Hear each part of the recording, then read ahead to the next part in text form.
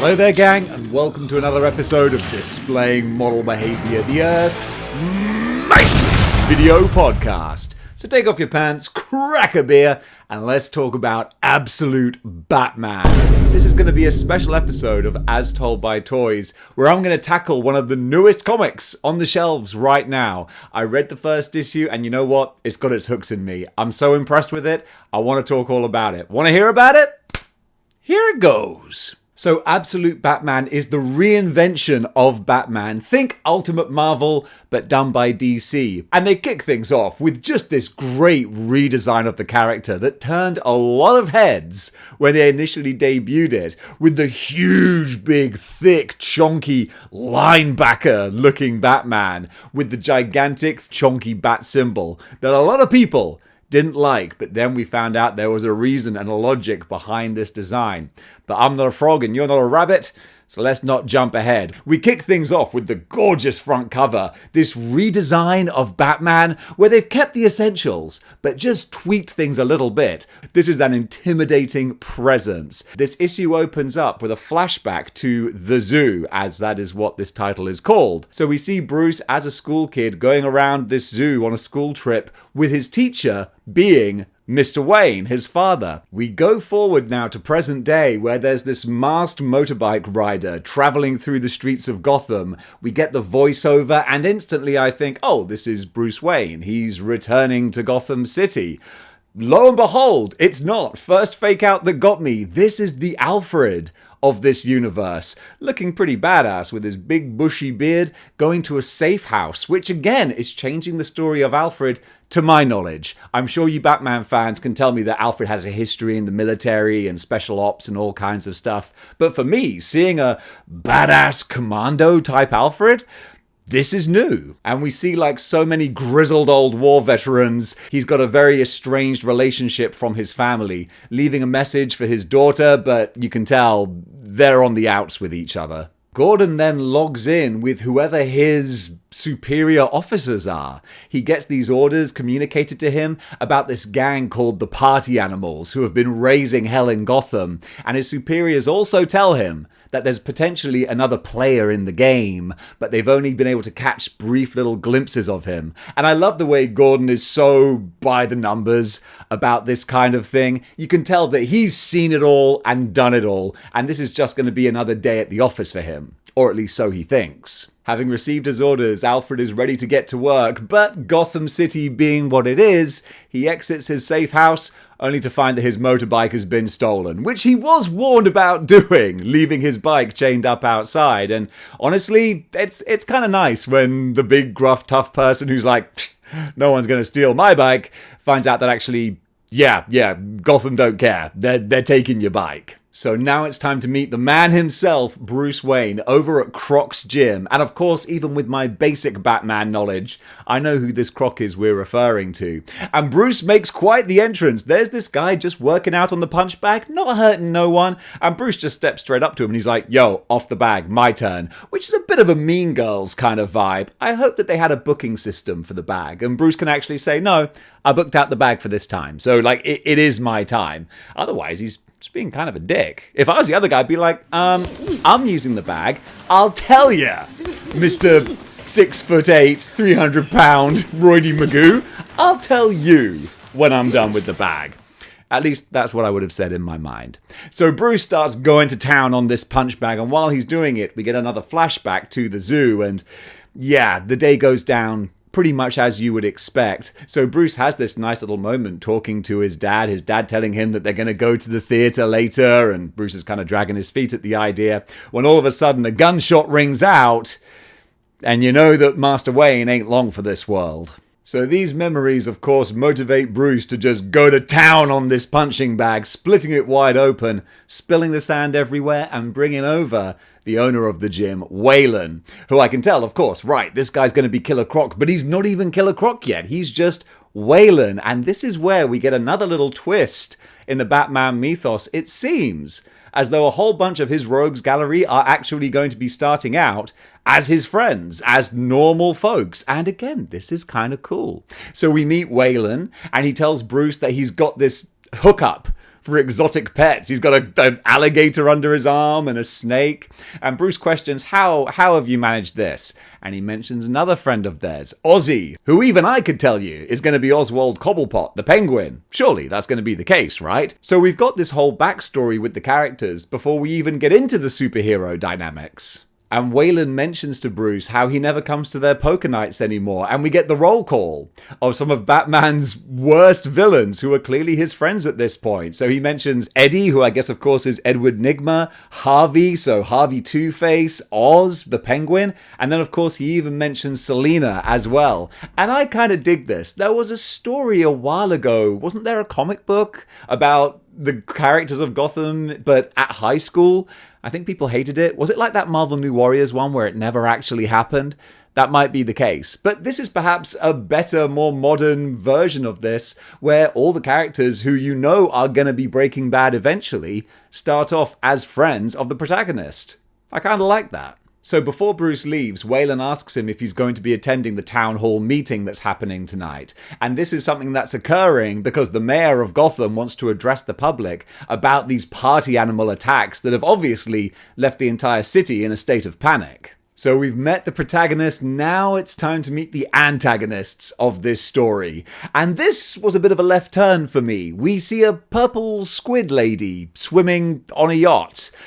Is this a new character? I don't know. This is half the fun of not knowing anything about Batman and jumping in on the ground floor. So there's this super yacht where these rich elites are partying. We've got Roman, who is the head of the table, I suppose, which makes sense for a Roman. And he is playing host to Mr. Maroni and Falcone, who I know as being classic Batman gangsters. And they're confronting Roman saying, hey, you're the guy behind these party animal attacks, aren't you? And they're saying to this Roman dude, if these party animals are your guys, then this ain't cool.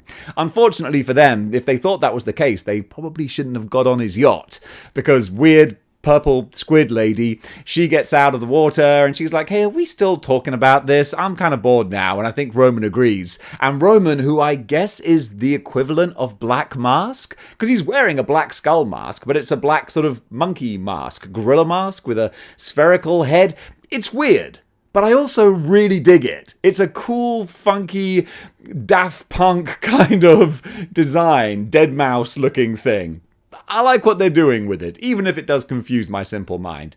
Roman, he lays it out on the table, and by it, I mean the faces of people who he's murdered. And it turns out that Maroni and Falcone are about to join them. Yep, it's a hostile takeover of the gangland activity in Gotham, and it looks like Black Mask, if that is who he is, Roman. Is that the name of Black Mask? Again, I don't know. That's half the fun. It looks like he's going to make a big grab for power. It's time now for the town hall meeting, and we get our first look at the Batman suiting up on the edge of a building, looking out over everything he surveys. It's a cool little glimpse of the hero that's going to have the big unveiling, and it's a good shot to whet the appetite with. And then inside the town hall meeting, we meet the mayor of Gotham, Jim Gordon, who looks pretty unchanged from what we would expect of Jim Gordon. This looks like classic Jim Gordon, but with the duties of mayor. And honestly, he probably doesn't want them, because he is being chewed out by the residents of Gotham City, all blaming him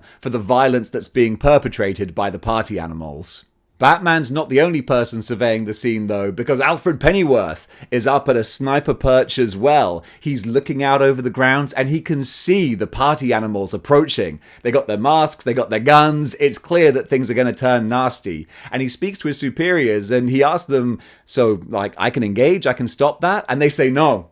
Your only job is to observe what happens. You're going to observe and report, don't get involved. And he says there's probably going to be mass casualties. And his superiors tell him, you've got your orders, pal. So you can see that he's going to be very conflicted here. Back inside the meeting, the crowd are getting even more aggressive towards Gordon, also saying that the police can't do anything about this, which you can see riles up Harvey Bullock. So we get him introduced here too.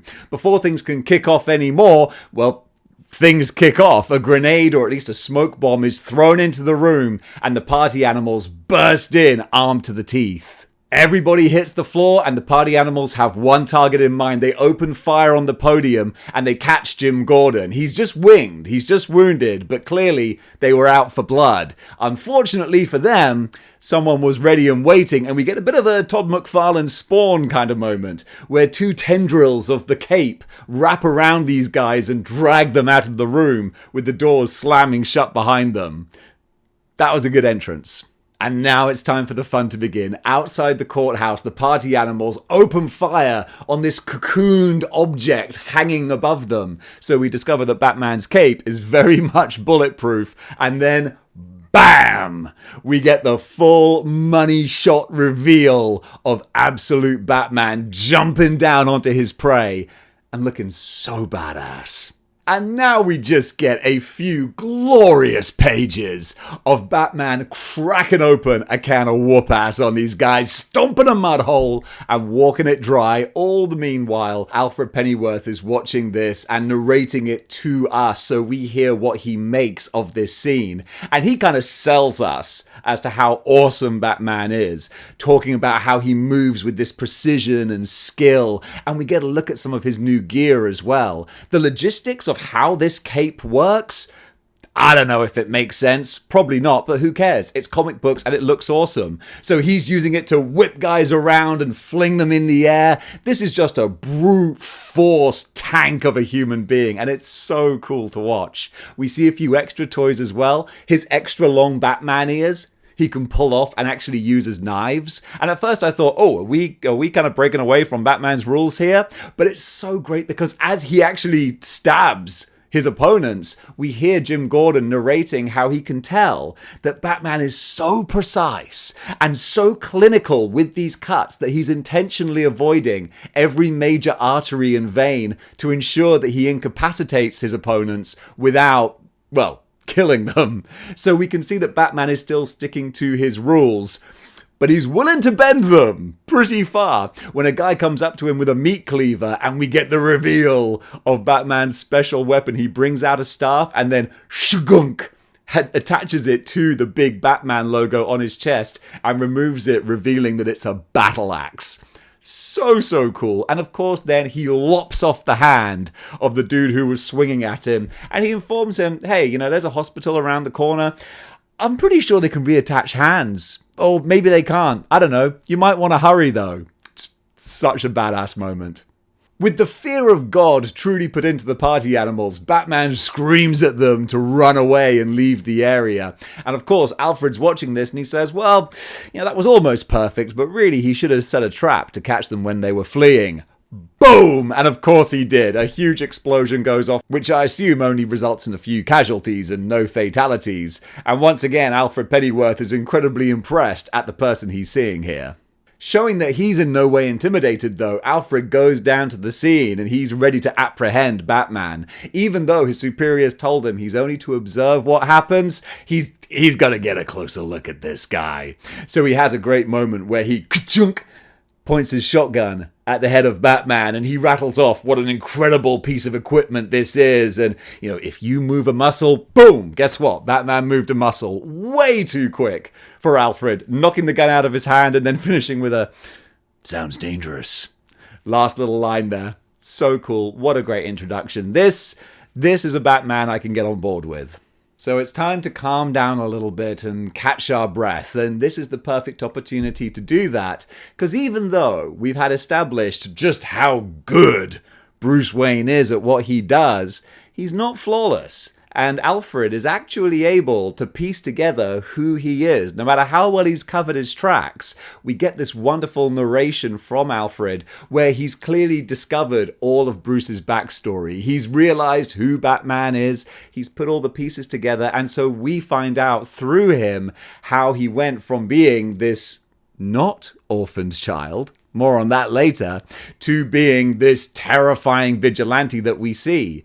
And of course, after the tragedy of his father being killed, he goes through a similar sort of path that our normal Bruce Wayne did, with a few exceptions here and there. A nice little mention of how he was such an athletic specimen that he got a scholarship to this amazing college. But then Alfred assumes, or, summarizes, that he faked a knee injury so that he got the scholarship scholarship without actually having to play football because he doesn't have time to play football, because he studied criminology and psychology and martial arts and all these different things to hone himself into this vigilante that we see before us. And of course, that's the other big point that we didn't mention.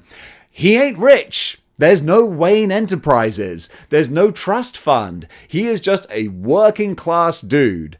And that's the biggest change for Batman. That's why he needed the scholarship. That's probably why he trained himself to be this athletic beast, so that he could get it just to then use the resources to become this potential vigilante. It's a really cool swap of the character that makes it such a different dynamic now. Because recently, I think it's been kind of popular to kind of laugh at the idea that Bruce Wayne is a rich white guy who uses his money and privilege to go out and beat up mentally ill people. Which I know that's not really what Batman is, but it was always kind of funny that that's kind of what he is. So having him being a working class person who's had to scrape and claw to put together anything he has, that's a great change of dynamics for the character. And the other big change, as I alluded to for the character, is that Martha Wayne, is alive. It was only his father who passed away. We got more flashbacks from the zoo as well. And we see that this is something that was quite controversial, I think, while this comic was being made. Was that I think the initial idea was going to be that his father was killed by a high school shooter. Because that's, sadly, as incredibly relevant as anything could be these days.